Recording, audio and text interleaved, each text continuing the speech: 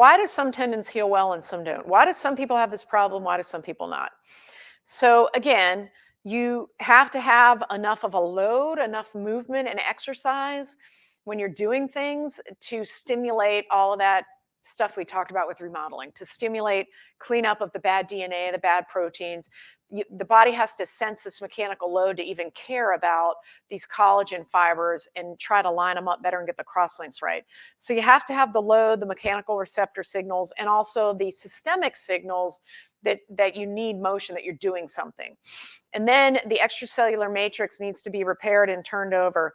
So that is, of course, also influenced by activity, also by hormones. How much oxygen's getting in there? What's the blood flow? Do we have the basic building blocks of the collagen, the glycine, the proline, things like that? Do we have enough vitamin C around to cross-link this stuff? You guys, I don't know if you remember Mutiny on the Bounty, that book.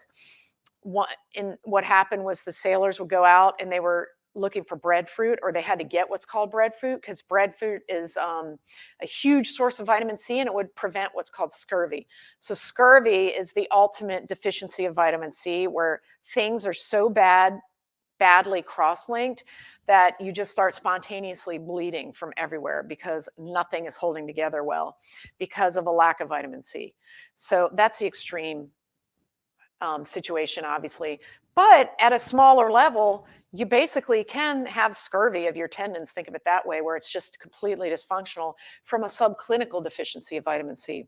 But obviously, you're going to have the right amino acids, things like that. So the extracellular matrix, mechanical load, and then you got to have the right genes turning on and off. If you're eating a highly inflamed, ultra-processed diet all the time, not turning on the correct genes, you are not methylating the DNA properly to promote healthy collagen formation. You're doing the opposite. So you're shooting yourself in the foot, so to speak. I see a lot of gunshot wounds to the foot in my teaching responsibilities in New Orleans. I'm still not quite sure why people keep doing this, but you are, so to speak, shooting yourself in the foot with a bad diet because you're never going to turn on the right genes or turn off the right genes. And then here is a nice pictograph of a portion of the rotator cuff as it comes off of the shoulder blade and attaches to the humerus here, okay?